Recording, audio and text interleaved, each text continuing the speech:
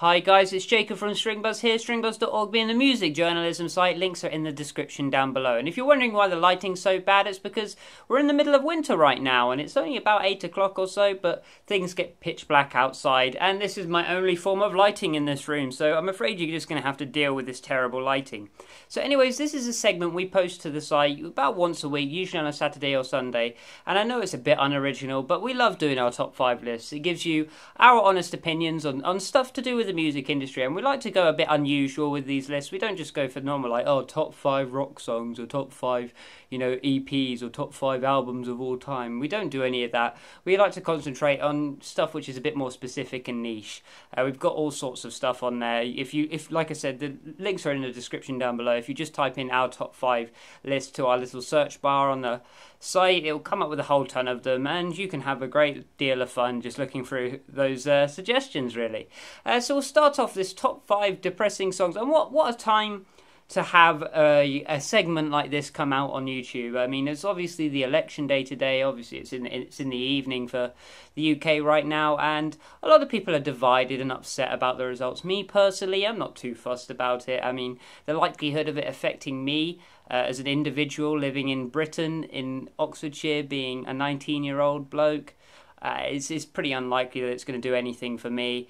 Unless all the fearmongers are right and have predicted that there's going to be certain war straight after this, then I'm afraid, what's the point in you even watching this video? You've got other things to worry about. I think I've already mentioned that in a video before, actually.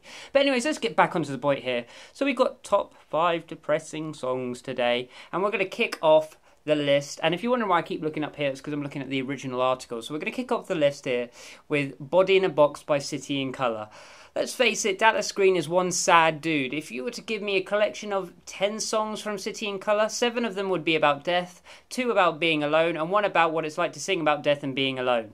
He's just that sad of a cookie, but it doesn't get any sadder than Body in a Box. The song is all about his own funeral, saying goodbye, and all the nasty, morbid stuff that comes with death. I spent years covering this track with various groups around local venues, and it always jerked the tears of many a crowd member. Although the musicality is basic on this track, lyrically the song is ever so haunting. It was difficult to listen to when I was too young to know better, and it's still hard to listen to now. Gosh, this is a pretty sad one, I must admit. So we'll move on, we'll move past that one, and we'll go on to number 4. Number 4 is Tears in Heaven by Eric Clapton, and this is usually like a shoe-in for this sort of list. The guy has had a difficult time, as I'll explain here. To many people who don't know the context of this track, this song is catchy and sends a nice message for loved ones. However, I'm going to hit you with something a bit harder now. The song is all about the tragic loss of Eric Clapton's son Connor. Not just that, but 2 of Clapton's roadies also died that year, as well as his manager and his good friend Stevie Ray Vaughan. So it was a difficult time, really. And the song is about loss, dealing with loss, and coming to terms with loss, or rather how you never really truly come to terms with loss. It's heartbreaking to hear the father of a deceased child perform a track which really hurts. It's hurting him to perform it, and you can hear that. But it's honestly an incredible track. Like I said here, the song is technically beautiful, the lyrics are masterful and touching, and the song is a classic and a timeless hit. So we'll move on from there to number 3, and this one's this one's a bit different. This is one you're probably not expecting, but it's Rory by Foxing. Rory isn't conventionally sad like the prior mentioned songs, but it hits me even harder. Although the subject matter is about love and being unloved, it's the instrumentation that I find harrowing. It's bitter, it's dark, it's brooding, yet it's weak. It's the musical embodiment of self-hate, and Foxing are really good at doing that, creating songs which are emotionally self-tearing. You really look into yourself when listening to them. Although Foxing are known for much sadder songs than this, funnily enough, this track has a nostalgic quality to me that hits even harder.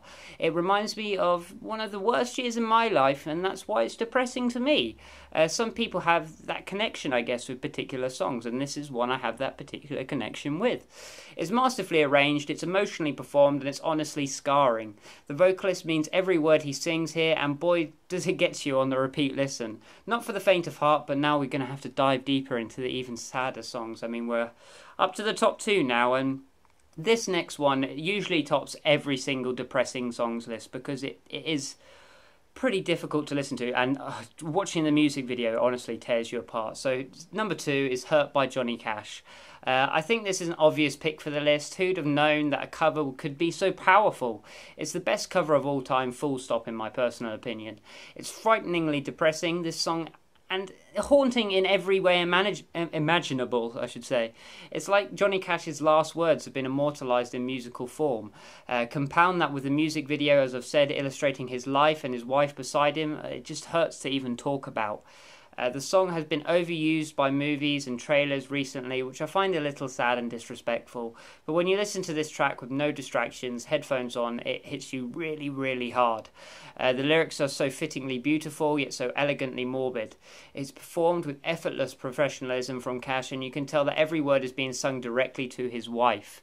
I'd say that this is in the top 10 songs of all time in general, just top 10 favourite songs of all time, let alone the depressing songs of all time. So we're going to move on to number 1 here, and I guess I don't really recommend you listening to this one if you're not feeling really, really down. Actually, if you're feeling really, really down, I actually implore you not to listen to this one, because who knows what it's going to do to you. Yeah, this number 1, and this is a bit of a different pick to what you're usually used to seeing on other sites and other lists, but it's I Will Follow You Into the Dark by Death Cab for Cutie. This song is unbelievably personal to me, mostly due to the story behind when I first heard the track. I was sat in my room with a drummer and a guitarist who I'd just jammed with, and things were it was getting pretty late. The jam hadn't gone so well.